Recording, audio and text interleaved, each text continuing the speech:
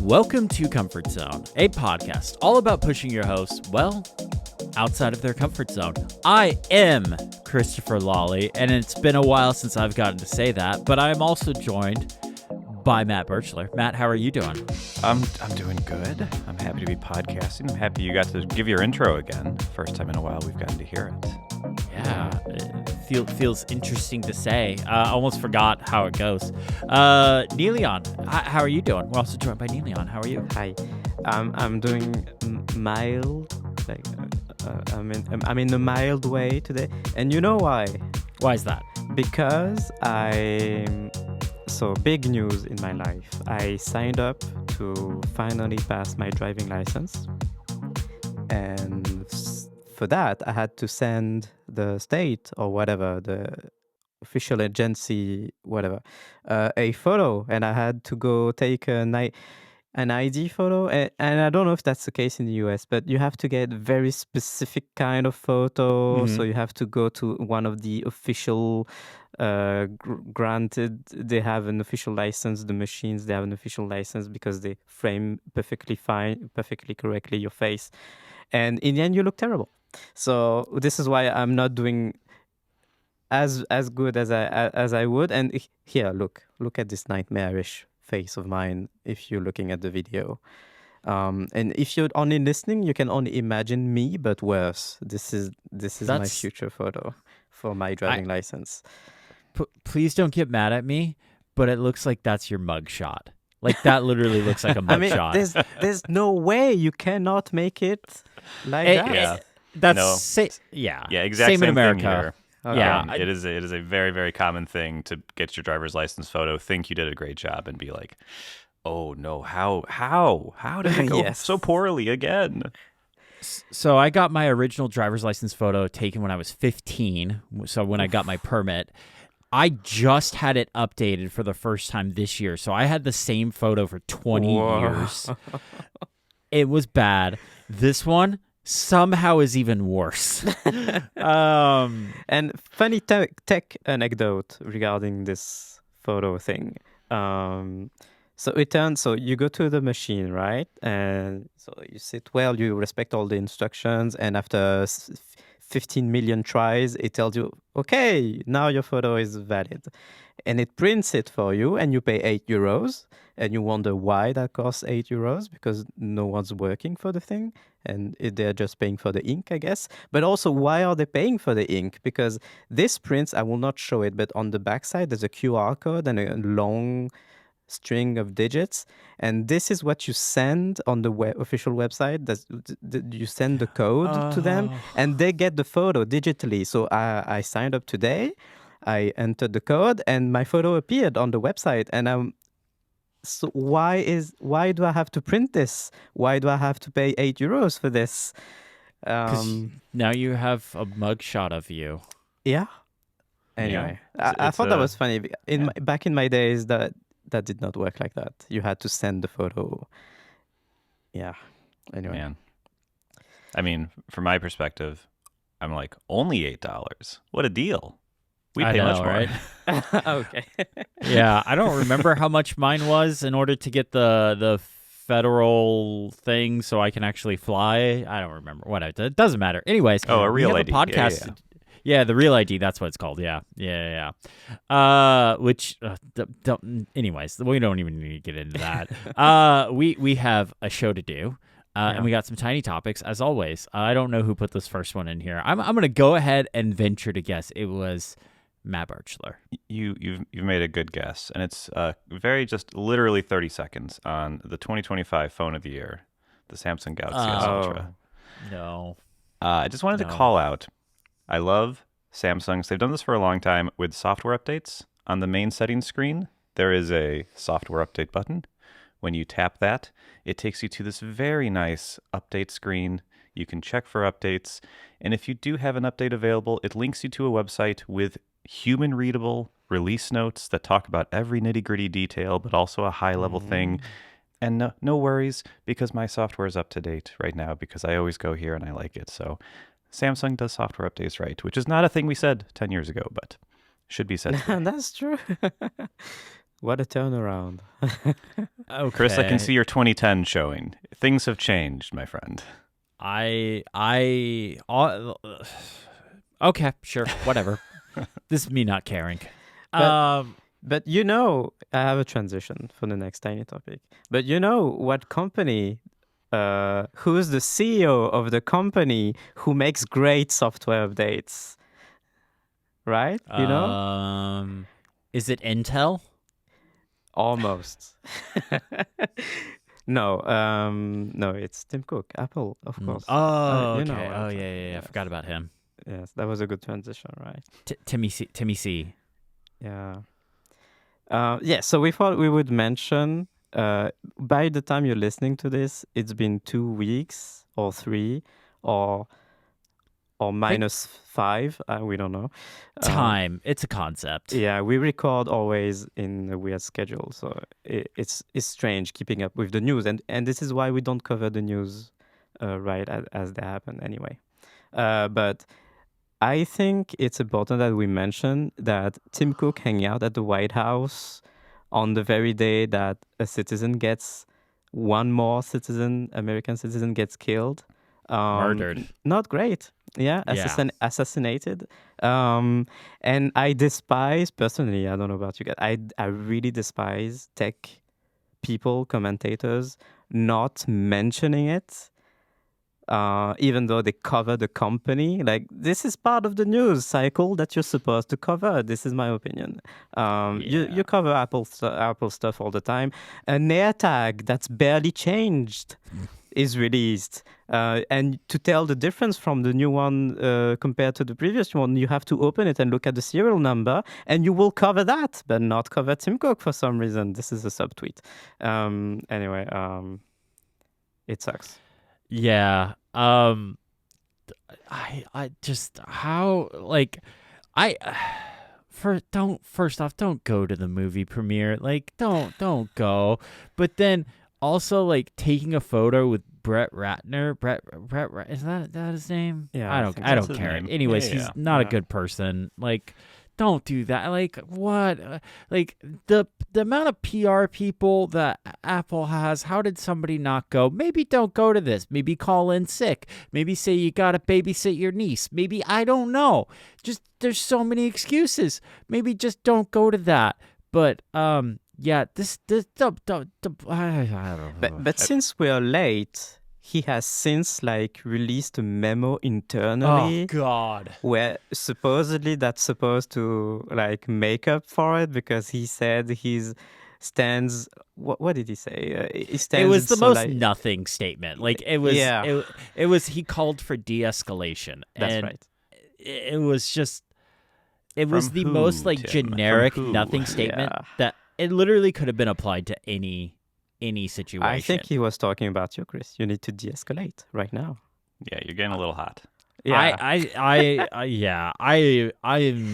I could pop off about this for an hour. Like I'm so real. No, maybe he means you need to de-escalate all the iPad OS stuff. Oh my God. All I will say is Tim Cook goes to Donald Trump's house more often than I go to my family's house, to my best friend's house. Oh. It is remarkable. And yes, we're 2 weeks late to this one, but it's likely he'll go over again for some other play date. It'll be great. Yeah, just copy and paste the statement whenever he goes over and plays Xbox with Trump. Yeah. Also, just to say, Donald Trump is ultimately the problem here, but also you can have a spine against authoritarianism. You know, maybe Apple should take one of those new AirTags and put it on Tim Cook's spine. Maybe that's what he was doing. It's 4D chess. Oh no, we've become the conspiracy theorists. But maybe. Anyways, I just. And once again, if it's your job to cover Apple, if you're not covering this, I have no idea what sort of thought process is going through your head to justify it. It makes no sense to me. No sense. And to everyone that's like, well, just stick to tech.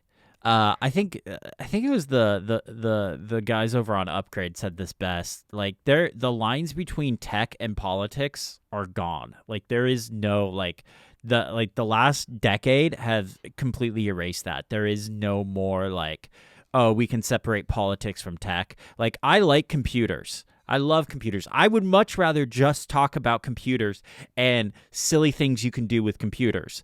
But you can't. Like you can't have one and not the other. Like that line is gone now. It's not even blurred. It's gone.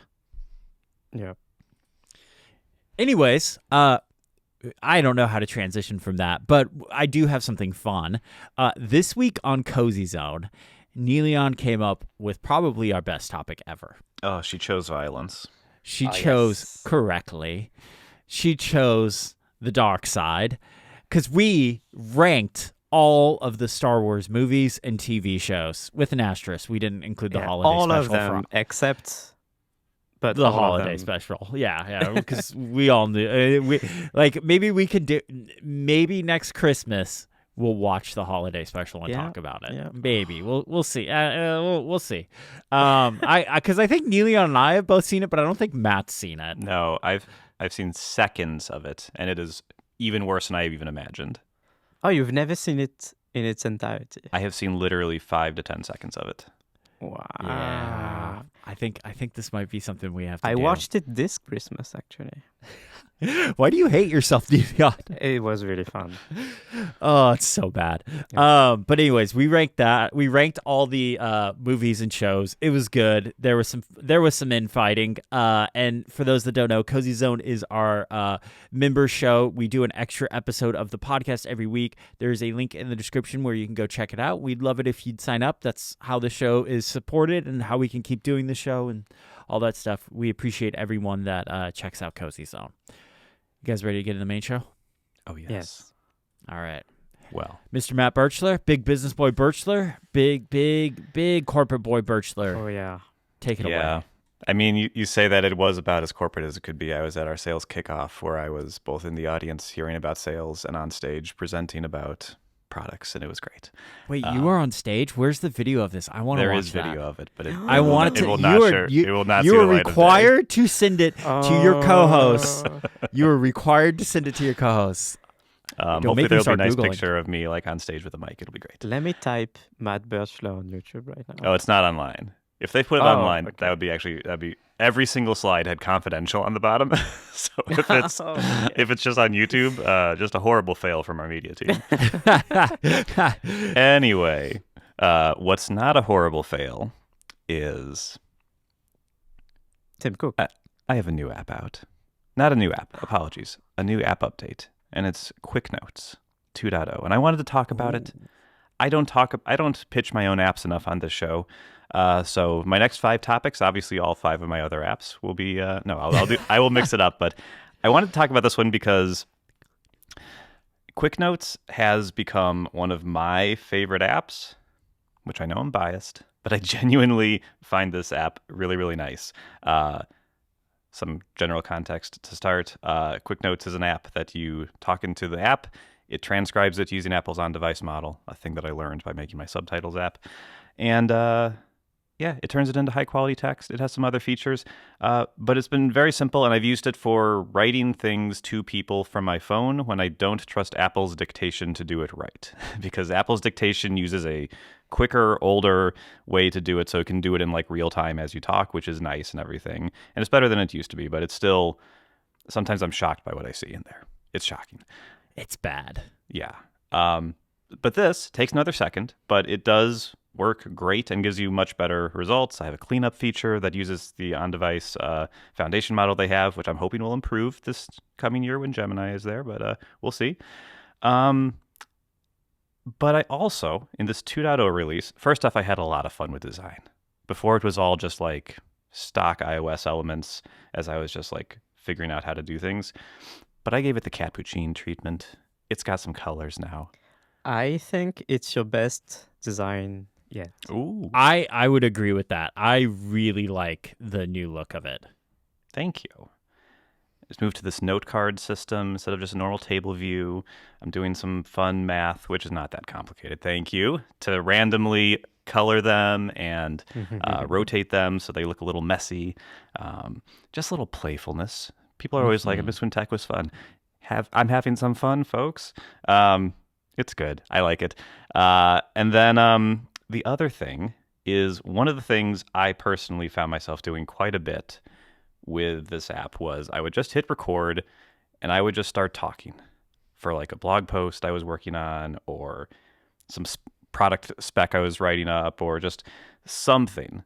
And I was then like copying the whole thing and pasting it into Gemini and being like, can you turn this into something useful?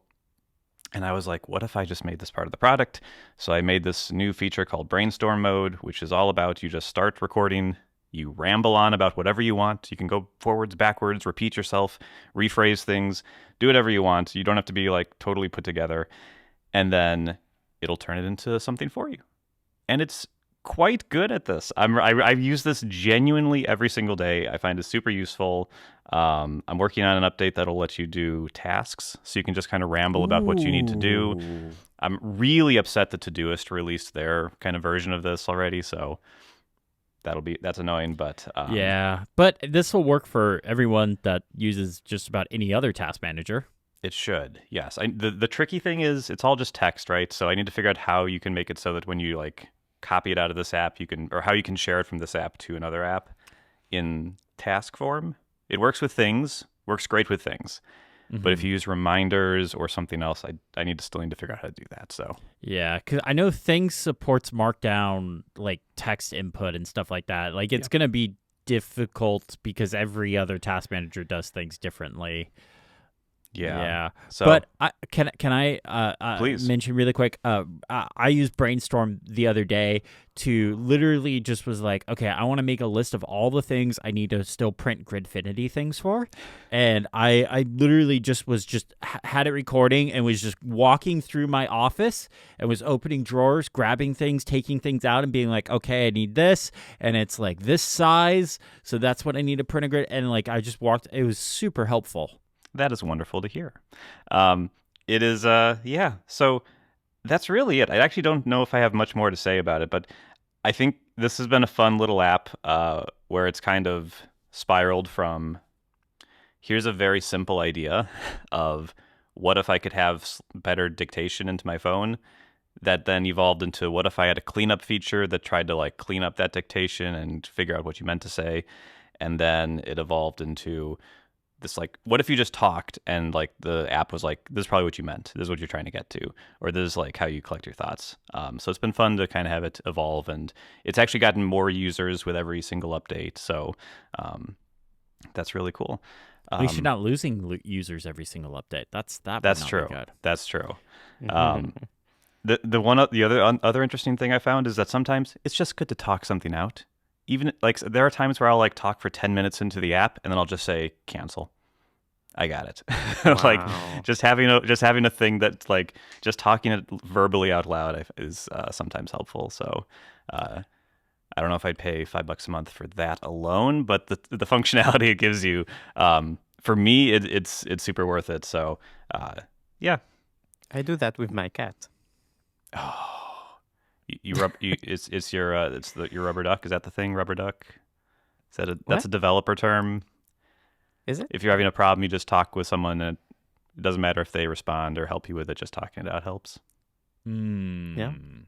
Okay. Link to that going in the show notes to prove I'm not crazy. You sound nuts, but okay. Yeah, I have no idea what you're talking about. Yeah, rubber duck. So I used another thing. I used Quick Notes for over my like holiday break time.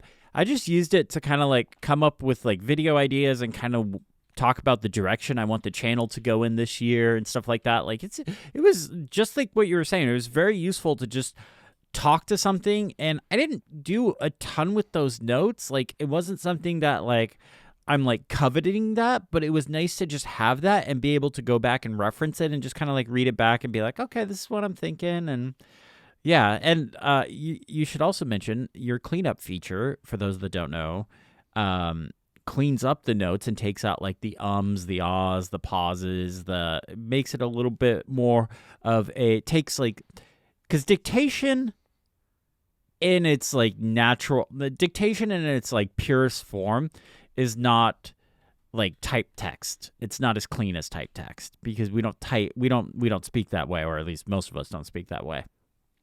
But your cleanup feature makes it a much more readable experience. It does. Thank you. I have a question before we end my brief segment. Yeah. Oh, I have another question for you too. Okay. So we're not going to end. Me too. Yeah. Okay. Well, my last part of this segment is, what do you think? So, okay. One of the things so this is powered by generative AI, right? This is using Apple's on-device models. For most of it, it's using Gemini for some of the longer things, like brainstorm mode, because Apple's local model supports very, very, very small input text windows. So, if you talk for more than like 3 or 4 minutes, it literally can't even handle that, which is crazy. Mm-hmm. So anyway, I'm using Gemini for it, but all of it's built on kind of these things. But all of the features there are not replacing creativity necessarily. The intention of them is to wrangle your thoughts or to literally just take what you said and turn it into text. One of the things I'm wondering about, and I feel like it might be crossing a line, is having a brainstorm mode for blog posts. And I'm curious what you two think about that. So it would be basically, I have a prototype of it that's working. So basically you would dictate the blog post and it would basically do the cleanup. It would add paragraphs. It wouldn't change your wording too much, but it would change it some. And I'm wondering if you think this would be cool or not. I don't really know how I feel about it. I felt no, and then I felt yes, and now I don't really know. That's tricky. Yeah.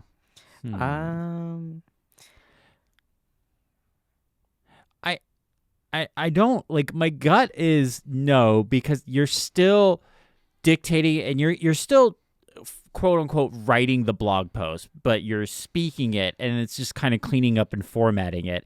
It's not like you're just putting in a prompt and saying write a blog post about the 5 best, to be clear, sourdough starters. Yes, this would not be a thing where you just like dictate, I need 1,000 words on topic X, and it would just give you 1,000 words. It would be, if you just said that, it would just give you 1 sentence back. So it would not be like that sort of thing, but it would be changing some of your wording and yeah. How different would it be from something like Grammarly? It would be more than Grammarly would probably do. More than Grammarly, but a lot less than like a prompt engine kind of thing. Yeah. There's these things out there where you can like prompt it like 3 or 4 questions and it'll write you a blog post based on those. It would not be that. Well, I don't think it's bad, but it's right on that line. Yeah. Like it's right there. Like it's I think you would get some pushback from some people, but I think other people would see it as a very useful feature, especially as like somebody like me who doesn't blog because I just don't have the time to sit down and write an article because I just don't. Mm-hmm.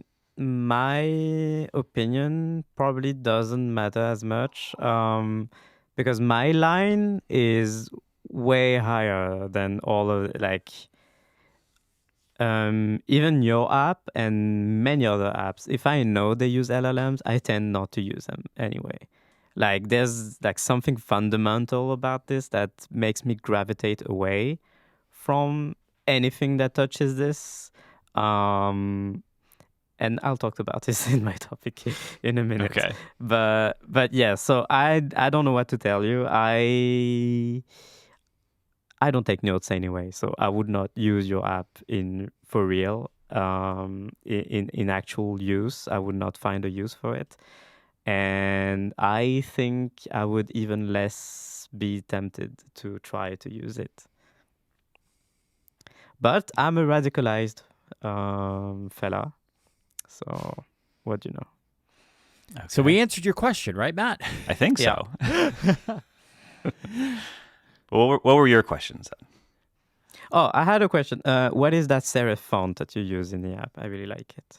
Oh, it is. Oh shoot, we've been talking about fonts so much. Um, On Cozy Zone. Be sure to go check out the links. Yes. Actually, that episode's not out just yet. Soon. So soon. Well, one of them's out, but the other one's not quite out. That'll be, if you're listening to this now, it'll be in the future. But if you're listening to this in the future, then it'll be in the past. So in terms of Tim Cook hanging out at the White House being the year 0, it's in... Probably like year 2 or 3. Okay. But maybe, if he does it again, does that reset? Like, I think it does, yes. so maybe it's like year -5? I don't know. Yeah. It's you don't have to find it. I'm going to find it. I have to open the project. Okay. You're fiddling in Figma or Sketch or whatever. Fiddling in code. Oh, In Xcode. In Xcode. Xcode. It's the IDE that Elon Musk makes. Yeah. Yes, exactly. Exactly. This is how they do SpaceX and all of that. Yeah. It's Franches. Francais? Francais. How do you spell that? I'm messaging you to a link. Link will Okay. be in the show notes. I'm curious. Oh, It's this is on the Google font. Fonts. Oh, okay. So open source. Français. What is going on? Allons-y. If it's I French, I cannot think it's wait. Francais. I cannot wait to see how it's spelled now. Okay, here it is. We got it. We got Okay. it? Oh, there it is. Francines. I don't think that's French in any way. So I'm not doing an Frances. accidental racism. Frances? Oh, that's disappointing. I was hoping it was Francais. To me, that's not a French word. Okay. I mean, I really it looks like like it. it could be. Oh, that website! What is going on that website? What, Whoa! Google fonts? Fonts? The website. Oh, okay. Sorry, you sent the Google font links, but if you click on the Google fonts on the homepage of the font, like at the top, francis.undercase.xyz. Oh, whoa. That website is fun. Oh, this is wild. Link in the show notes for sure. Oh. Yeah. Oh, wow. Oh, my gosh. You're Click to adding stick. stickers. Yes.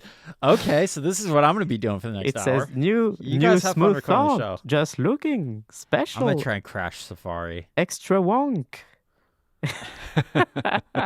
Oh, my gosh. This is really the nice. greatest website ever. This is like 2 weeks in a row we've had good websites. Yes. Make the web fun again, people. We should get that printed on a red hat. Font websites are always fun. It was great. Oh my gosh. Actually, that wouldn't be a bad merch idea. Oh my gosh. This is amazing. Okay. All right. We need to get back to the main show. My question for you, Matt Birchler, is you've talked about how you've been doing your development in the past. Has that changed in any way? Are you using any different tools?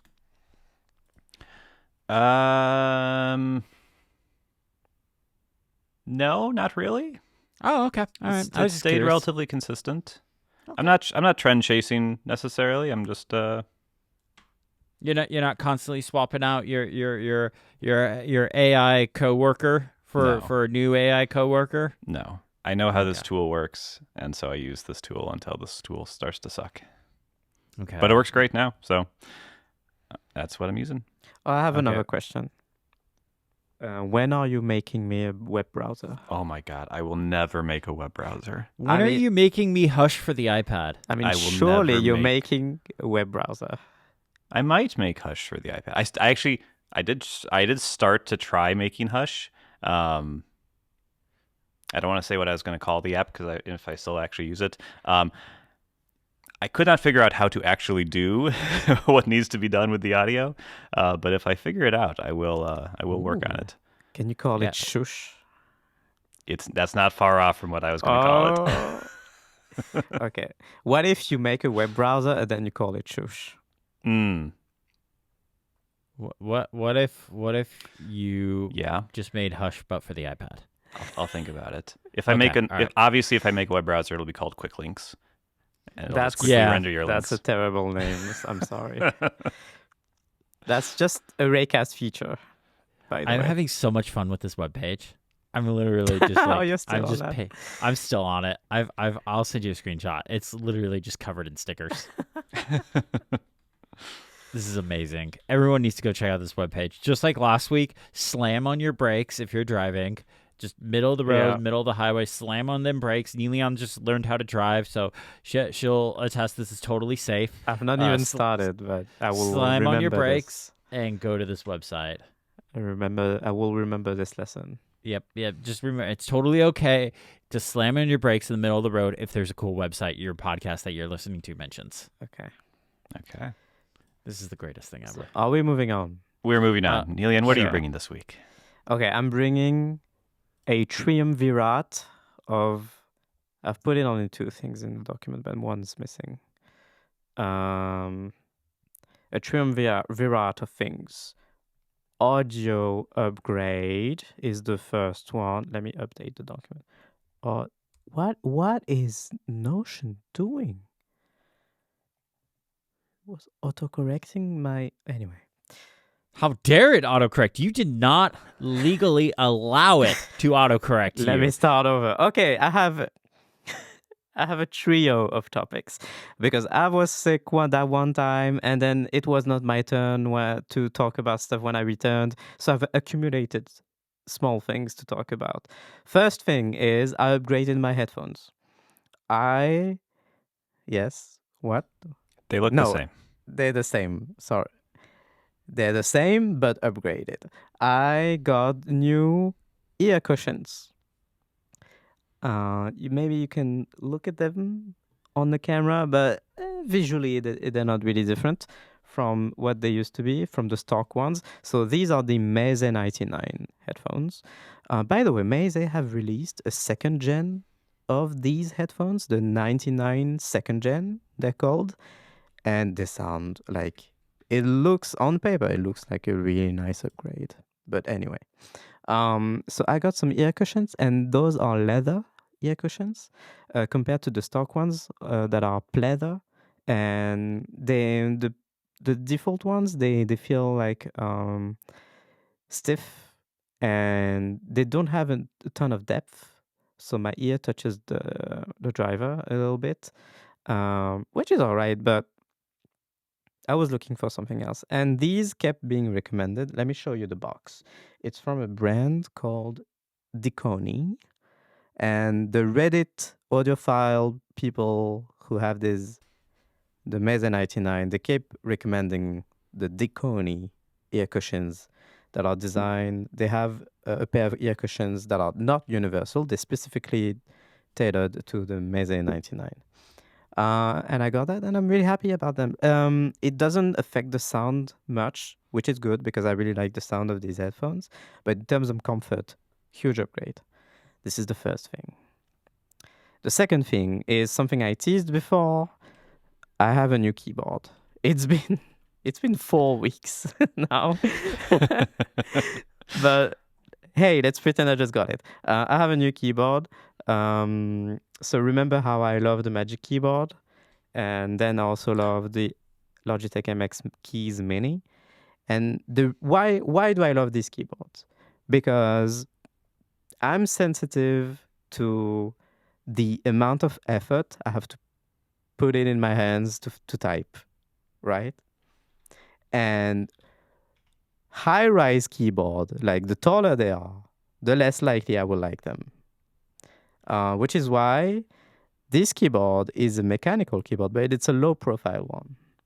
I thought I would give it a go because it's a low-profile one. It's a NuPhy one, and people like NuPhy, so I wanted to try them. Chris doesn't like NuPhy. I still have no idea why, by the way, but he will tell me.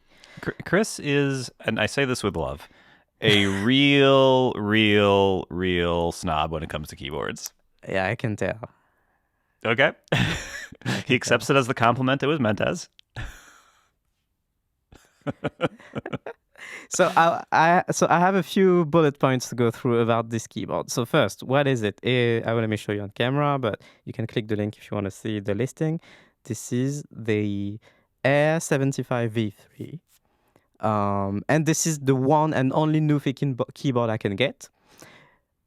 And the reason why is this is the only one they offer with the French layout. So it needs to be ISO, which means the tall return key, enter key on the right side. That's the correct standard that it needs to be to support the French layout, and also then the printed keycaps need to be the French layout. And this is the only one they offer like this.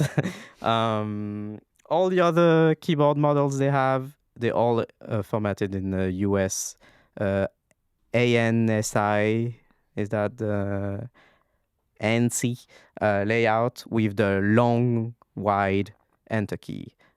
I do not like that. Long enter keys rule. Yeah. Yeah. In Europe, we have better enter keys, in case you didn't know. Look at this beauty. Anyway, so a few things that I like about this keyboard. I got the Blush Nano switches, which is one of the 3 switch options they offer. Blush Nano are described as quiet and the creamiest of the 3, I guess, is what people say about it. I don't think NuPhy used that term at all, but quiet and creamiest of the 3 options that they offer. So I went for that. It's linear, and I never had a mechanical keyboard, so I had no idea if I wanted to like a real, like an actuation point that I could feel, or a linear switch. So I just I don't know, I picked one, and those were quiet, and I wanted more quiet ones, so I picked those, and I'm really happy about them. I think they sound great, and they feel good, so no regrets there. The layout 75%, is that what it is? Because it's called Air75. Yep. That's I would that's assume a 65% keyboard. That's What not 75. I don't know. Oh, it's got the whole function row. Oh, it's plus- got the function row. Yeah, no, it is 75. Yep, sorry. Oh, Right? 65 would be without the function. 65 without would be no function row. Okay. When do you get to the Sickos where you don't have normal keys? Is that 60%? That's, yeah. Where and you don't then- have like an exclamation point or something, or like Yeah, a that's question mark? crazy. And then you can get to the 40% ones, which are missing half the God. alphabet. Oh, there's no number row on those. Yeah, and Sickos. literally half the alphabet is missing. Like it's how do you? What are you doing here? They are monsters. And then you have many layers to switch between, right? Oh my god. Yeah, you gotta jump between layers, and then they'll swear, "Oh, I can type faster this way." I'm like, "No, you can't. Yeah. You're a liar." They probably can, though, but They yes. probably can. Because they're Um, Anyway. So I like this because this format 75, I liked it because the full function row plus 2 buttons compared to like the Magic Keyboard or the Logitech I had. And on the right hand side, there's a bunch of keys. By default, they are like page up, page down, start, end, or whatever. And you can see on camera, but I've moved around a bunch of things. The row on the right of the column on the right side, I've customized. I've put in like 3 blank colored keycaps that I've assigned to like launching specific apps, and an emoji key. And otherwise, everything's pretty much standard. I really like this. This is the final thing that I really liked about this keyboard is the tiny knob. It's got a tiny knob. I have no idea why, but I really like this. Gotta control the volume. I have one question. Yeah. What do you use it for? Obviously volume. Okay. But I've done one special thing with it. But yes, it's really funny that I've looked around on the web about like knobs on mechanical keyboards. People are always like, this is so cool. You can like do that in Figma, do this in Photoshop. But what do they actually do? The real world, it's just a volume knob. Yeah. Yep. 100%. 100%. There's nothing else useful you can do with it. I have been Yes. 100% guilty of saying, "Oh, this is a knob. You can program it to do so many different things." You know what? Every single knob on every single one of my keyboards does volume control. And it only works on some inputs. Yep. Oh, because my big KRK speakers doesn't work with those because they have to be plugged into an audio interface, which has its own independent audio knob. Mm-hmm. Yeah. Which is why I don't any of the keyboards I use now. I don't have knobs on them. So yeah, it's a volume knob, and I think it's perfectly fine this is what it's meant to be. It's a volume knob. Embrace it, and I really like it. This is the best way to adjust volume.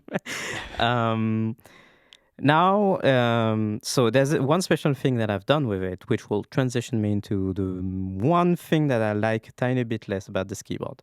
But the special thing that I've done with the knob, so you can configure what it does when you turn left, when it does when you turn right, and what it does when you press it down. And I've customized what it does when you press it down I've mapped it to an Apple script that's running a shell script, anyway, to a script, which cycles through my audio outputs. And this is amazing because Control Center on macOS, I hate it. I want to burn it with fire. And every time I have to go in there and switch the audio output, I really hate my life. Now I can just cycle through my audio outputs by just pressing the knob down. And I have basically 4 audio outputs that I regularly use. So the MacBook speaker, my main monitors, built-in speakers, my external DAC that I use with my headphones, and the audio interface that I use to record stuff and to be on calls. So I have to cycle between all 4, and this makes it super easy. My shell script is great. So how did I customize this? I did this with the software that NuPhy ships, because this does not support VIA, which is the thing that many mechanical keyboards support. And NuPhy are being weird because some of their models support VIA and some don't. They're like, I don't know. That's weird. They're playing both sides. They want to please people who just want VIA, and they want to not care about people who don't care. There's no mechanical keyboard person that doesn't want VIA. VIA is great. But so they ship something else that's called NuPhy IO, and it's just like VIA in terms of how it runs. It's in the browser, and you need a Chromium browser, of course. And so you plug it in and you do everything with it. You can even update your firmware, and you can map anything you want to any keys. From a web browser? Yeah. That doesn't seem crazy. like a feature that they should be able to do. Chris, my God. Chris doesn't know what it's like. I've installed Chrome so I can use VIA. Because VIA doesn't work in WebKit. Okay, this really looks like... I've never used VIA, but I cannot tell what this one is missing from VIA. Here's what I'll say. Fork of VIA. VIA is most likely just the open source version of whatever this is. Okay. Imagine like Microsoft Word and then the open source. Well, that's not a good example because Word is atrocious. But yeah, they're trying to productize the open source project. It's the Chromium to Chrome or Chromium to Edge or something, or whatever the open source version of Chrome is. But okay.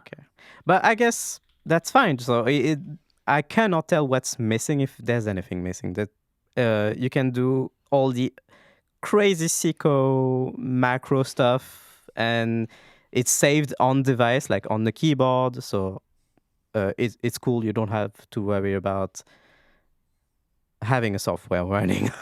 Well, and the nice thing about that is if you take that keyboard and pair it to another computer, that stuff just moves with it. You don't have to redo all of it from scratch. It's at the firmware level. Exactly. And for example, I still use the hyper key for the caps lock key. It's my hyper key, and I've done that using NuPhy IO. Nice. So that means I can just pair my keyboard to any computer, and the caps lock key will be a hyper key. So that's fun. anyway, I've done a few small things. Like there's a screenshot button that I have on my keyboard that's mapped to CleanShot X, the different features. But it's just one button, one key. And what you can do is that you can assign an action to when you press it down once, when you press it down for like 2 seconds, and when you press it twice. So one button can do 3 things.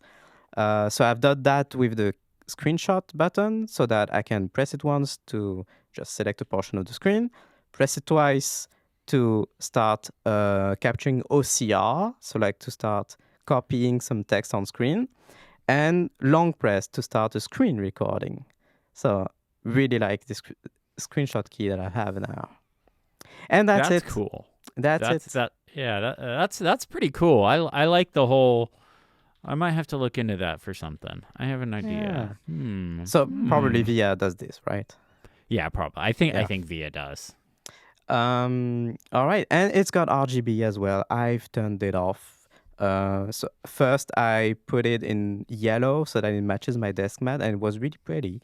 But also it's not really useful. The keycaps are not shine through anyway, so it's just, I don't really get it. It's illuminating between the keys, which makes no sense. And at night, I still cannot see the top of the keys anyway. So I've turned it off, and I've got more battery life. And so as far as I can tell, the battery life, really good. Really good. I have not charged it once, and it's been about 4 weeks yet. So this is pretty good. I fully support this. I think low-profile mechanical keyboards are what more people should have. Whoa, no. Okay, No. Chris. Okay, No. I need you to take your fancy hat off and recognize that most people use a Magic keyboard or some Dell keyboard that plugs in that they got in a box. A low-profile mechanical keyboard is more welcoming. It's more inclusive. It's more what people are used to and want. It does wireless in basically every case. They're wrong. Which my keyboard does not. I'm borderline sicko. Why does your keyboard need to be wireless? Why it sits at your desk all day? It doesn't need to be wireless. By the way, this is wireless and it can connect to three devices at once, just like the Logitech, and a fourth one using the dongle. And it's got a slot for the dongle. Like the dongle's always there. You cannot use it. So this is really cool. You know what mine does? Mine plugs into my CalDigit hub, and no matter what computer I plug into that, it's connected. Okay, I don't have to worry about pairing or anything like that. How do I mute Chris? No. People are wrong. People are wrong. I'm right. Well, using the I haven't dongle, been you don't mean have to like worry this in a anyway long as time. well. No. But then you got to worry about charging the thing. I don't have to charge my keyboard. My You can't. No. Look, I haven't been mean you're like someone who this uses... in a long time. I've tried to put the character away for a bit, but no, everyone else is wrong. I'm right. Be snobby about your keyboards, people. That's so good. You're doing the Lightning defender argument of like, Lightning's not complicated. It's simple. Every cable does the same one thing. USB-C is so complicated. Oh, does Lightning do any of the complicated things? No, it can't even do them at all. Simple. As long as you buy nice, high-quality cables that do all the things. LTTstore.com. Buy They actually did just release some cables. Okay. I wanted to see who would get the joke. At least one you did. Buy a big keyboard, people. You'll be happy. You can thank me later. Look, send me. Buy a big keyboard. It'll equal your happiness, and then you can send me a cake. I like the Costco vanilla cake. It may sound boring, but it's a really good cake. I don't know. That's a cute keyboard. Look at it. It's so cute. I've customized a few of the keycaps. I bought another keycaps from NuPhy to customize some of the modified keys and to have I could get a yellow space bar. It's really nice. Look. And look, that does look a lot better than the stock. I've got traffic lights. See? Red, yellow, green. Ooh, can I do things with aerospace with those? Probably. Yeah. All right, I'm leaving. You guys have fun with the rest of this. Okay, so this was the keyboard. Oh, one last thing I almost forgot. This is running long. One last thing is, remember my love for Clack? So Clack, if you... Really, like if you didn't listen to the early Comfort Zone, Clack is a great piece of software that you can install on your Mac to virtualize a mechanical keyboard sound to hear them in your headphones. Yep. It's really cool. I genuinely think our show rocketed this up the charts. It was in the top 10 Mac apps on the store. I'm going to check right now. Link in Thanks the to show me. notes, obviously. Yeah. Don't you dare. I will go in and delete So it. what I was about to say is I love Clack, but this does not make sense anymore. Like I had to disable Clack because I had double the sound. It was weird. I had double the sound. So I disabled Clack, and now I have the real sound from the keyboard. I thank the great Dr. Pepper in the sky. By the way, it sounds great. It sounds great, this keyboard. I really like the sound. I just want two things. Number one, Clack is number 12 on the paid list in the US Mac App Store. Still too high. It's mostly Apple apps ahead of it. It's one of the top third-party apps on the Mac. Thing number two is, have you genuinely been using Clack all this time? Yeah. Why? Okay. Clack is your aerospace. Like that's Like, yes, I'm not playing like some kind of weird character. I use the stuff that I talk about. Maybe I'd use it for just a week, but some stuff I really like and keep using. Like I really like the Magic Keyboard I used all the time, and Magic the Keyboard's MX good. Keys Minis as well. Yeah. No, it's not. It's Magic Keyboard's bad. Look, everyone go to Mode's website, buy a big, nice keyboard, build it yourself. You'll feel a sense of accomplishment. Go to You'll feel Porsche's happy. website. Just buy a Porsche. You'll be much happier. Okay, if you're doing that, also send me a GT3 RS. Maybe Niléane send Niléane a Anyway, GT3 I have RS. a She's getting third her. thing to cover. I have a third thing, and I've written in all caps in the show notes for us. The third thing is my browser nightmare. Oh no! I'm God, living do you really through- need me for this one? Yes. It's a spin-off show, The Browser Nightmare. I'm in it again. Like and this is why it relates to what I was saying about quick notes and LLMs in general. Like Chrome, I've been using Chrome all this time. It works, and this is why I use it, because it just works, and it's got good performance, and it's fluid, and it runs like Blink underneath. It runs really fast, and it's great. But I'm being just like same reason why I stopped using the before it. The Gemini stuff all over the place. I want to, like, once again, I've said this twice today. I want to burn it with fire.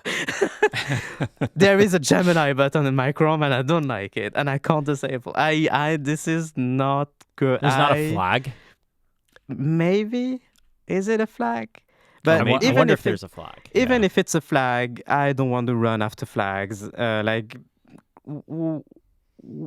They're adding a sidebar as well. I just saw the other day. I will have to disable the Gemini sidebar as well. So I'm in the browser void again. I tried other browsers. I went back to Safari for a few days this week. I do not feel so good. Hey, at least there's no AI stuff in it. Well, there is a little bit of AI stuff, but it just doesn't work. So Yeah, there's the summary stuff in Reader, in the Reader view. Yeah. it doesn't work. Safari, I will say it a third time. I want to burn it with fire. Like the UI is a nightmare. I do not sometimes I read the WebKit blog where developers behind WebKit, they post updates, what they've been working on. And every time there's a screenshot of their own browser, of Safari, it looks atrocious. And I'm like, they're really using it and they're happy with it, it seems like. I cannot, for the life of me, understand what they've done with Safari this year. And it's not just the design, it's also the bugs. The UI is buggy as heck. You drag and drop tabs and they go blinding white on you for some reason. You switch tabs and the full color of the Chrome, like the UI Chrome, changes. And if you disable that, they added the option, by the way. They added the option maybe a release ago to disable the fact that it changes color, the UI changes color based on the website. If you disable that, then the full UI goes either white or dark or black if you're in dark mode. And then it makes no sense because there's no divider between the top of the UI and the web page itself. It just looks weird. And also in terms of performance, I don't I almost forgot for a few days that the web could be smooth. Like I forgot it I don't was know. erased from my memory. I'm browsing in Safari right now, and thanks to Matt Birchler, birchtree.me's tip on getting 120 hertz refresh rate in Safari, it's pretty smooth right now. Can I just say, I don't know if I've ever been more proud of myself in the Apple community than ever than about this thing. I just wrote a little blog post on it, and then everyone was talking about it a week later. I was so happy. And such a nice thing. Everyone finally getting 120 hertz and being like, oh, this is nice. Why is that not on by default? Yeah, why have they done this? I mean, why? Yeah. Anyway. Nothing makes sense in Safari anyway. Yeah. I feel like Safari and like people who love Safari love it because they loved the version 4 or 5 years ago. And it's just, well, this is Safari. It's obviously faster and better and better on battery and all these things. But like, I don't think any of those are. I think the UI in Safari on Tahoe is the Apple Music gives it a run for some things. Oh, yeah. But like, I think in Safari it's just ugly. Everything's so bubbly, especially once you get some tabs going. It's like bubbles next to bubbles that are just like. It's so it looks really ugly, and since bubbles cast shadows, especially in light mode, it's just all shadowed, so it's not even like a pure white like toolbar. Like it's just gray. It's sad. I think it looks really, really rough. Yeah. Yeah. And I just want to shout out both Federico and John because they've posted a few updates to Mac Stories this week on the website, and those include. By the way, because the club website and Mac Stories were merged this week, and big technical feat, congrats. And so they have screenshots in those stories with Safari, and I like the app. Those are John's. I think John's screenshots are always chaotic evil because his screenshots always overflow with stuff. He's like his mind is like this, it seems, and his Safari, like the full row of extensions filling up the address bar. This is incredibly overwhelming. Anyway, whenever I have a confession. Yeah. Whenever I send you 2 screenshots and it includes a web browser, I always make sure I clean up my tabs before I do it. Oh, Niléane is notoriously and famously known for just if you give her a screenshot, she's pinching a zoom. Oh, she's my checking all the gosh. details. I sent these 2 once a photo of my like living room, and Niléane threw it in like Pixelmator Pro to make sure things were like level. Like, oh my, Niléane is the biggest pinch and zoomer out there. Like, Oh man. she will tear apart. She will send. I'll post a video and like a day later or whatever, whenever she comes around to watching it, she'll start sending me screenshots of stuff that's in the video that I think are totally like no one's gonna catch. Like I'm like, I'm not worried about cleaning this up. Like no one's gonna catch this thing. Nope. She like goes through it frame by frame and finds everything. Yes. Anyway, I will make you guess now before we conclude and move on to the challenge. Which browser am I like record? Like we're using Riverside still to record. Yep. Which browser am I using right now for this call? I have a pretty good guess.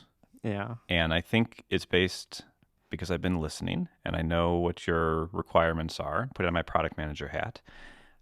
I would guess, given the desire for Chromium, the desire for no AI features, and your general European tendencies, you're using Vivaldi right now. That's what I was gonna say. Yep. Yes. Oh, nice, Yeah. Matt. That's Nice. the browser podcast. I am using Vivaldi. I have issues with it. Oh, yeah. It is strange. A million features are thrown at it, and I kind of like that about it, actually. It has every feature. It has everything. Like even earlier today, I was looking to disable. So they have a built-in ad blocker that I don't want to use. I want to use my own ad blocker, so a separate extension. But if you use your own extension, the icon for the built-in ad blocker is still there in the address bar, and there's no way to get rid of it. So I googled how do I get rid of it, and then a world of things. I discovered that you can apply custom CSS to the Vivaldi UI. And people share all kinds of CSS snippets to customize their Vivaldi setup. So there's just a tiny 3 lines of CSS you can add to remove the built-in ad blocker icon. You can add CSS to disable that thing, or add thing, or customize the margins on that specific buttons. There's a whole world out there of UI customizations for Vivaldi. This is what I'm giving a go right now. I will update you. Okay. Nice. I look forward to the update. Yep. I look forward to you trying another browser. I mean, look, 10 years ago, Vivaldi was my default, and I was kind of the weird Vivaldi guy. And it's good to see them still going and still, still being interesting. I didn't realize they were that old. Oh, yeah. Oh, yeah. I remember using it a long time ago. And you're right, Matt, that one reason I'm trying Vivaldi is because like they're making it a marketing spiel that they're never going to add AI features in this browser. Oh, yeah. They're going hard on that. Absolutely. So on one of my other apps, Besto Masto, which shows you the top 20 posts in your timeline, literally every day there's a Vivaldi post up there of they're like, no AI bros, and then it's just getting likes and boosts all over the place. Like they know their audience. And I think that's good. Like if you have a niche, go into it and embrace it. Mm-hmm. And I'm in that niche. I'm looking for a browser that's promising me to never add AI. So I will give it a try. Nice. Yeah. And I wish Dia had a kill switch for the AI features. Like I really like the UI of Dia. It's getting better every week, by the way, because I still check it out every week when they update it. It's getting better. The tab groups are amazing. The sidebar is amazing. The performance is amazing. But just let me get rid of the AI. Half the time I'm doing a Google search and it's not a Google search. It will ask ChatGPT. I don't want that. Anyway, I'm done for real. Okay. All right. Well, let's go on to the challenge. And it was my challenge this week. And the challenge was to pull an old device out of a drawer and use it. We all have that drawer full of old tech devices or tech devices we're not using anymore that aren't part of our like current like setup of like, like I use this for work or I play games on this or, I use this for watching TV or something like that. So pull out an old device and use it for a week. You guys mind if I go first? Yeah. You go ahead. So my device, it's back here. I was just printing a Gridfinity thing for it. I actually brought this to the show. It was sometime last year, but is the Aeon Odin 2 Portal. And I bought this originally as a way to stream games. And I was using this specifically with like the Xbox cloud streaming stuff. Wait. Hold on. What? What year is this from? It's from last year, but we said in the recording there wasn't like a line in the sand of how old it needs to be. It just needs to be a device you weren't using anymore. But like and I'm last getting to year why it does not even yeah, but I haven't been as old. I canceled the Xbox Game Pass stuff. Okay. And I haven't been using it. It's literally been sitting in this drawer right back here. But let me explain how I've been using it because it's actually cool and pretty useful. Okay. So, for those that don't know, this is an Android handheld gaming device. There's a million of these out on the market. This is a fairly powerful one. There is a new Aeon Odin 3 now that's even more powerful, but I didn't want to buy something new because the whole deal was pull something old out of a drawer that you weren't using anymore. So, for those that don't know, sometime last year, there was an app that hit Android called Game Hub. And what Game Hub is it's a way for essentially Windows and Steam emulation on an Android device. So with Game Hub, I'm able to install that app. log into Steam, and download Steam games that are originally for Windows on Android and play them. So I have been playing. So I set that up, and it was actually kind of a pain to set up. Let me turn down the volume so it doesn't completely destroy the audio. But I set it up, and for video people, you can see Dead Cells is right here, and I was playing Dead Cells. That's right off my Steam account. But the other thing I was playing that was really fun is I put Skyrim on this as well. Nice. So I've been playing Skyrim on an Android device this week. Okay, so I was confused for a minute. This is running Android natively. This is literally here. I'll show you. Chris goes Android. They said it couldn't be done. No, let's not go crazy. Literally Android right there. Wow, For video viewers, that's hang on, I hit the button, sorry. For video viewers, you can see, let me try and block my face so it focuses.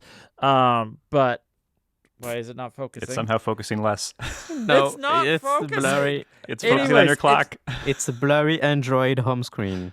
Yeah, they need to get Retina over there, man. Yeah, wow. We've had it since iPhone 4, and look at them. Why is that focusing? It will focus. Oh, there we go. There we go. There you go. Okay, now it's focused. So you can Let me see take that a is screenshot clearly so I can pinch and zoom. that is clearly Android. I haven't cleaned it up. Like there's like so much crap on here. Because I don't care, because I have it go into Game Hub and I can literally just start playing Skyrim, and it's running locally on the device. It's not streaming it. It is running on the device via emulation. And it runs really well. I was getting, so I set it to the high settings, and in a dungeon in Skyrim, I can get full 60 frames per second. I've set up in Game Hub a limit of running at 60 frames per second because I don't need to go over. It's fine. In the open world of Skyrim, I get anywhere from like 40 to 50 frames per second.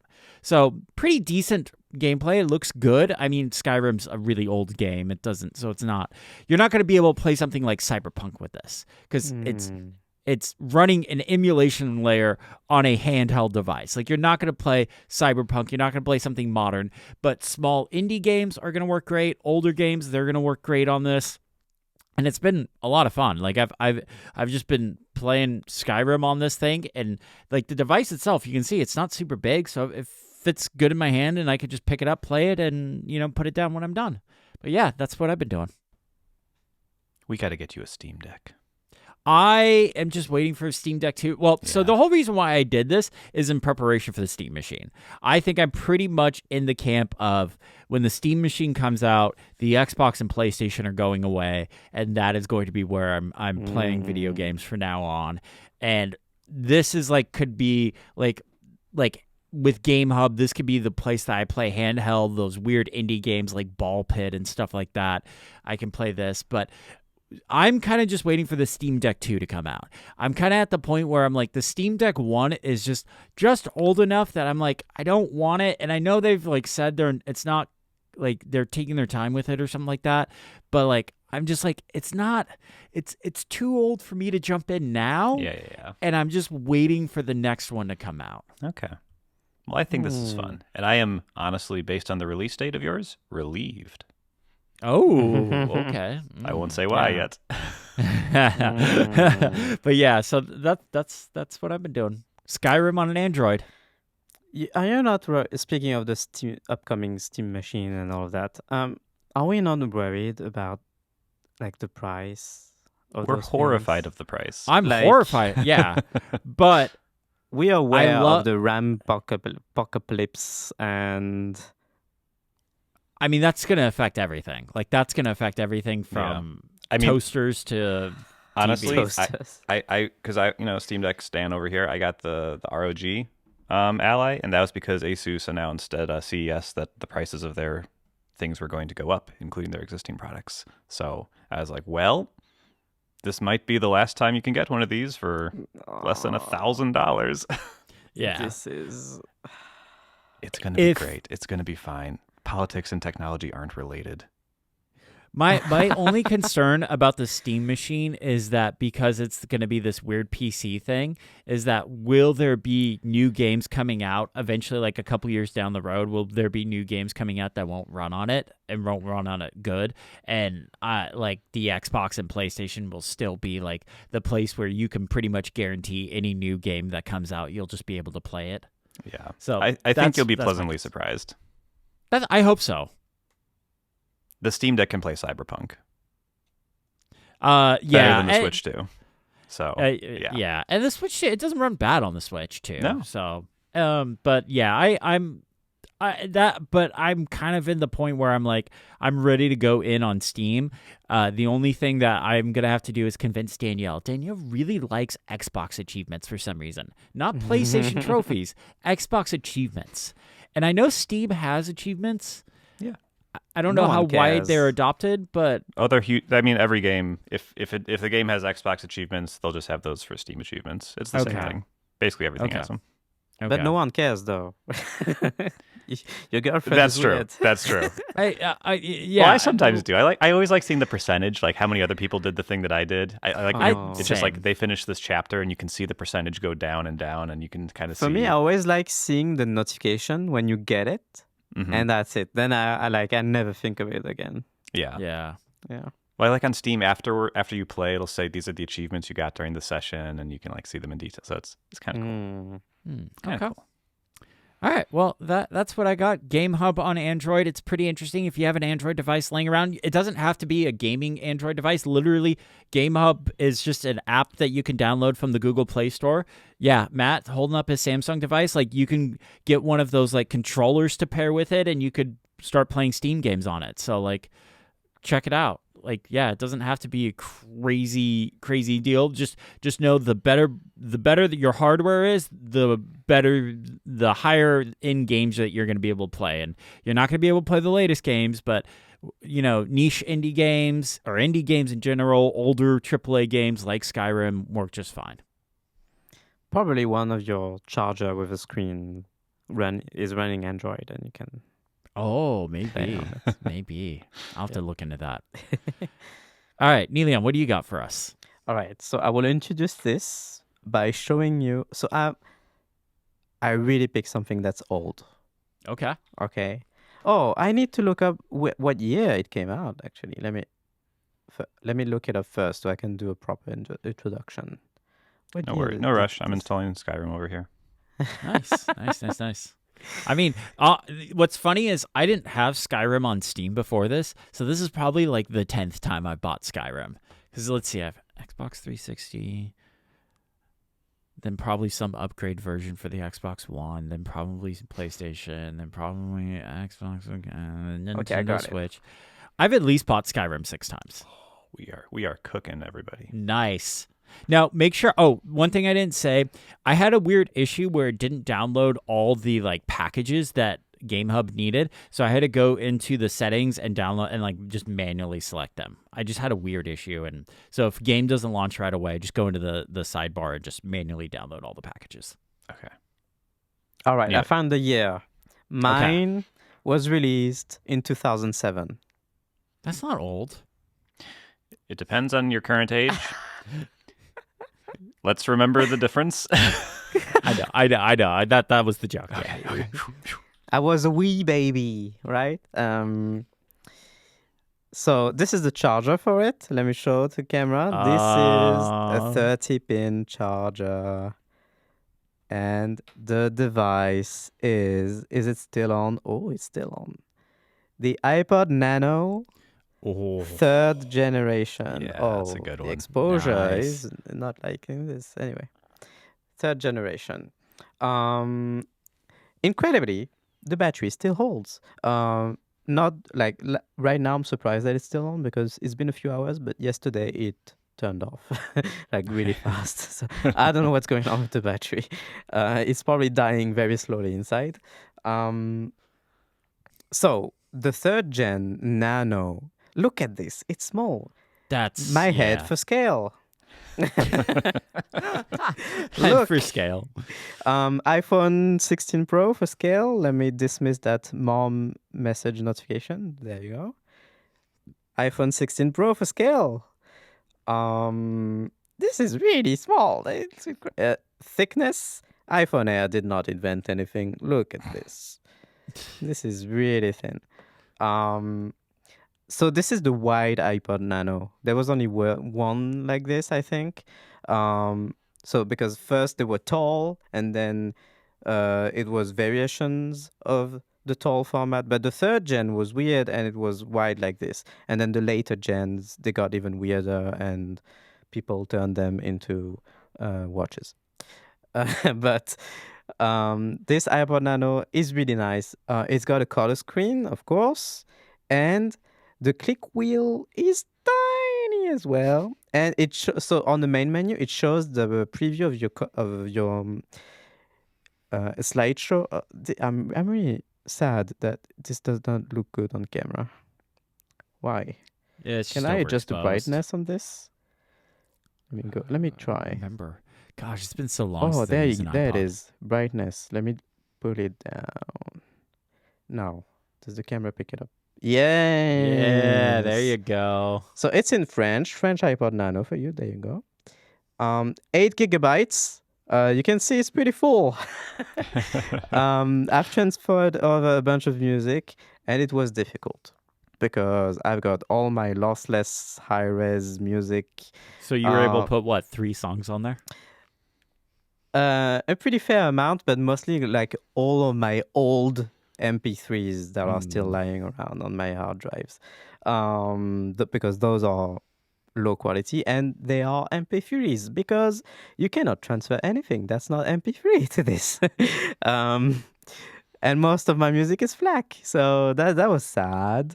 It made me want to look into hacking it and flash a custom firmware because there are those custom firmwares that you can flash onto old iPods and use any like play FLACs and have fancy features, but I did not do that. I don't even know if that's possible with this model. Look at this. And also, look at this. Most of the music I transferred, the cover artwork did not go over.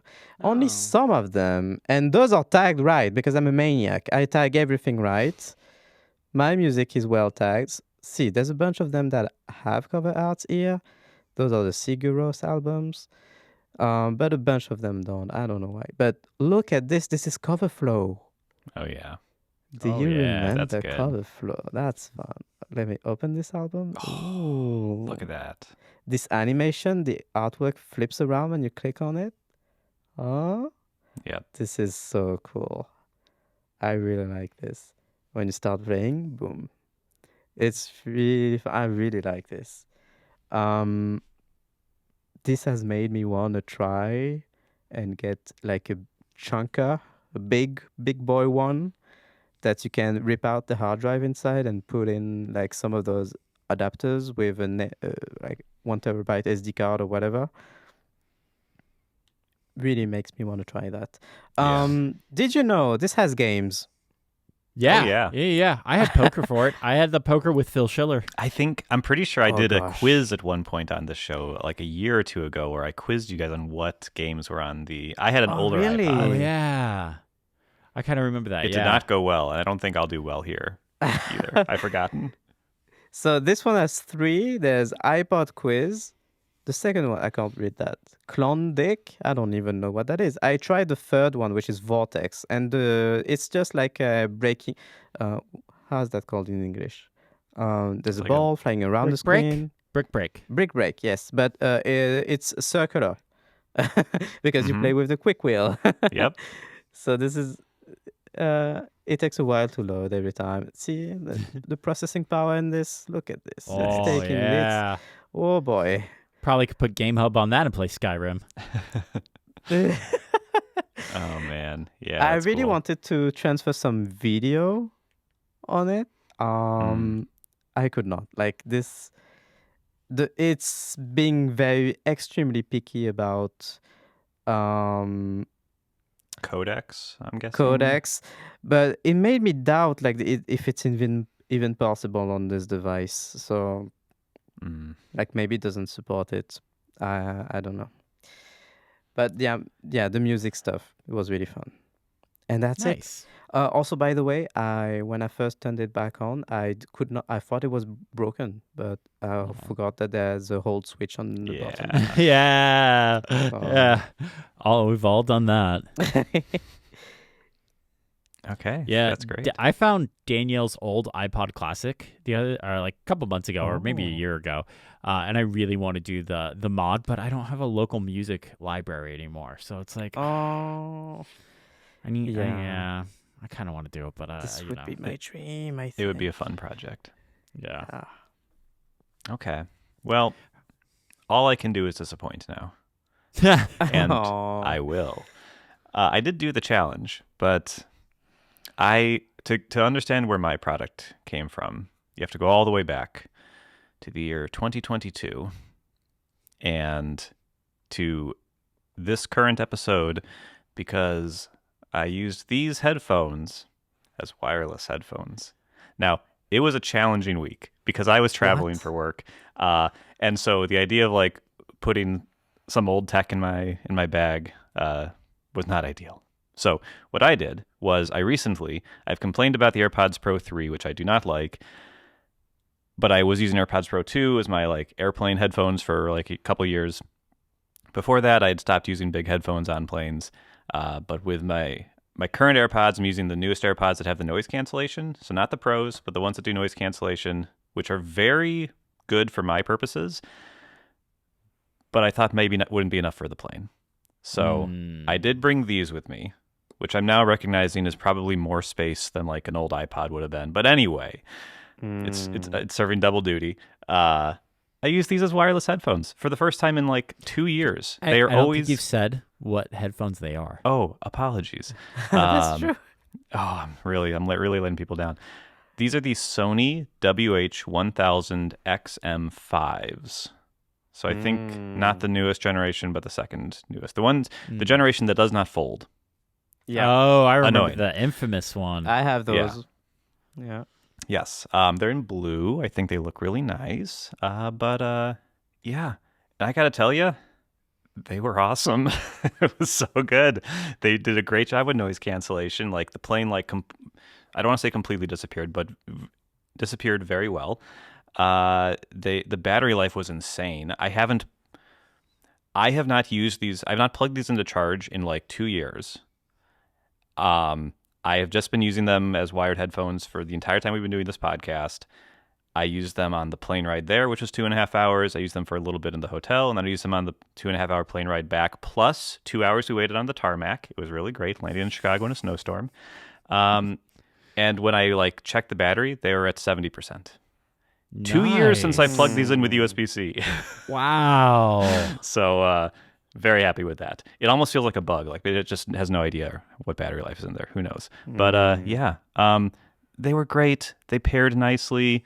I know this isn't it's not retro tech, but it is an older piece of tech than my current headphones. And hadn't used them this way in a while. Like I said, it was just supposed to be a device you're not really using anymore. So, though technically you were using them for the podcast, but not in this counts. If we were doing democracy, I would not do well. I would take third place. I understand.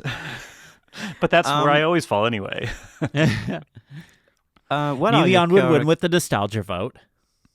Yeah, obviously. I think the iPod always wins. Yeah. What are your current headphones?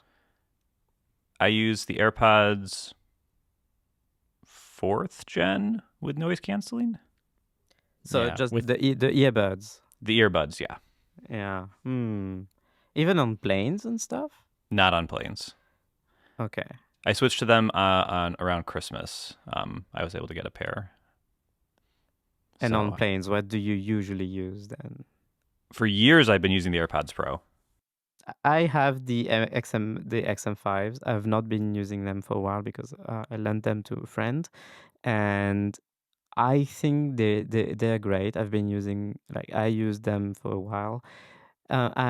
It's amazing when you compare them to the Max, the AirPods Max, how lightweight they are. Yeah, they are very, very light.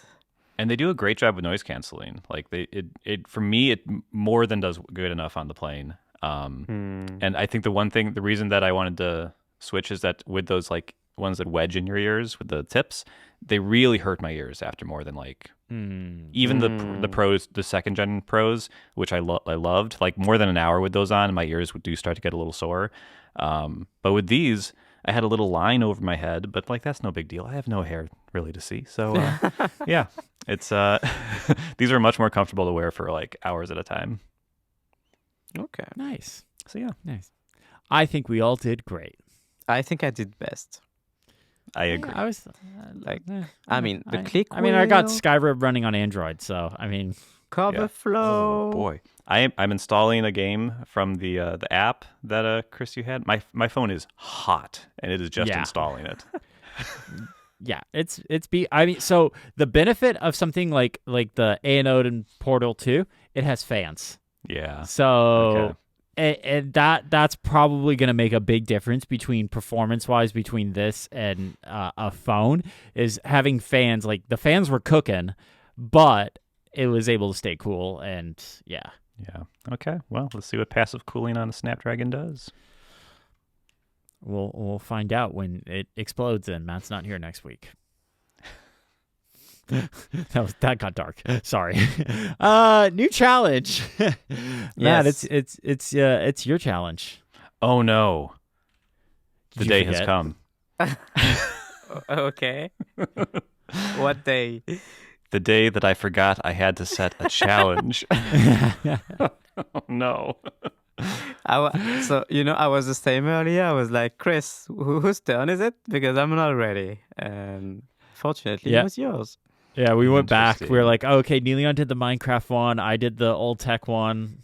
Yeah. Now it's Matt's turn. Yes, I was on a work trip this past week, and I got home Friday afternoon, and then fell asleep soon after, and it's the Yeah. morning on Saturday. Oh. So I've not been thinking about this, but that's okay. The best ideas come when under pressure. So That's true. I would recommend. I could just do an app icon color. Haven't done one of those in a while. We haven't done one of those in a while. I think so. My gut tells me the thing we should do is try a new app, because we haven't done this in a while. But what's the criteria for making us select an app that we wouldn't necessarily pick otherwise? Oh, I have an idea. What's your idea? Oh, I have an idea. You will not like it. No. I think we should use the new keynote that Apple released and do a presentation Oh man. about what? I don't know. About something. Okay. But we should use keynote for it. Okay. Huh. Okay. Chris Okay. is not Huh. happy. This is a good idea. I'm gonna adjust it slightly just so that it's my idea. Okay, go ahead. We should use, because it just came out, we should use one of the apps in Apple's Creative Studio to do something interesting. But he will Okay. just use Final Cut. You cannot use Final Cut.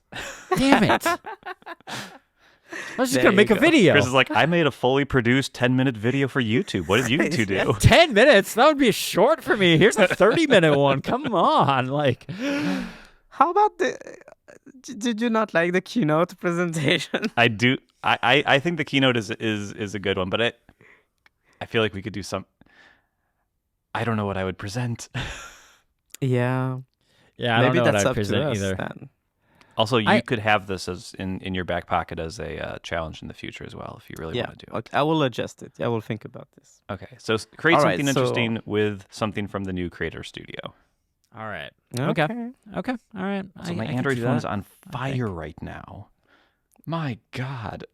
You need Niléane's MagSafe fan. Yeah, truly. Send it that's over. true. Where is it? I don't know. Throw it through Riverside. All right. Well, that brings us to the end of the show. I have an end of the show question for you two, and kind of going off of our challenge, I want to know what's an old device you would love to bring back? Not necessarily like trending or anything, but just like an old device that maybe you don't have anymore that you would love to just be able to use again. My PSP. Nice. You know what I'm gonna say? Game Boy Advance. Why? Because Game Boy That's- Advance was amazing. That's so much worse than PSP. I know. I Game win. Boy Advance was Hard to disagree. fantastic. Oh, Game Boy Advance was the pinnacle, and like I never had one, but I wanted a Game Boy Advance SP so badly. Oh yeah, But that's you know- pretty good. But you know how I use my PSP? It was my first smartphone, actually. Like, I used it for everything but playing games. I I went remember on you the talking web about with that. it. Yeah, I talked about it probably. I went on the web with it. I used Skype with it. I used MSN with it. I would listen to my music with it. It was my MP3 player. I would watch movies on it. And I would flash all sorts of custom firmware to customize the OS. Oh, that was a good time. Yeah. I would do a Vita. Hmm. I used to have a Vita. Mm. I bought it years after it was new. I got it on eBay and then I sold it like a year or two later, and I really wish I still had it. Yeah. Yeah, This let is me a lesson- change mine to Vita. Yes. Okay. This is my lesson to kids everywhere. You are going to want to sell your gaming stuff, your gaming hardware, to buy the new Yeah. hardware. And I understand you will probably have to because you cannot afford the new stuff otherwise. And maybe that's just the way the world goes. But when you are older, you will want that old hardware and you will wish you still had it. So if you at all can hold on to it, I know it's tempting. Yeah. I would recommend holding on to it. Yep, 100%. All right. Well, that brings us to the end of the show. Thank you all so much for listening. Big thank you to Mac Stories for having us. We're a Mac Stories podcast after all. And a huge congratulations to the team over there for launching the new update to the site. Kind of combines a bunch of stuff. Yeah. Go look at those John crazy screenshots. Yeah. Like, so many extensions in Safari. So many. At John to clean up his Safari tabs. Yeah. It's every Have you extension seen- available for Safari. That's all of them. Have you seen his doc? Whenever he shares the macOS doc screenshot as well, Like we said, Niléane's the pension zoomer. You send Niléane a screenshot or a photo, she will figure out what's going on he there. does this thing where he has so many Safari web apps in his doc as well. It's like he added every website to his doc. Just This is to the have them one for later. feature- You know. This is the one feature John should not have. You know what? He's Galaxy Brain. What he's doing is he's treating Mac OS like it's Arc, and then the dock is the sidebar. Oh. Wow. That's Galaxy Brain Wow. right there. Mac OS is the new web browser. Okay. Yep, there you go. All right. Thank you all so much for listening. Have a great day. Bye.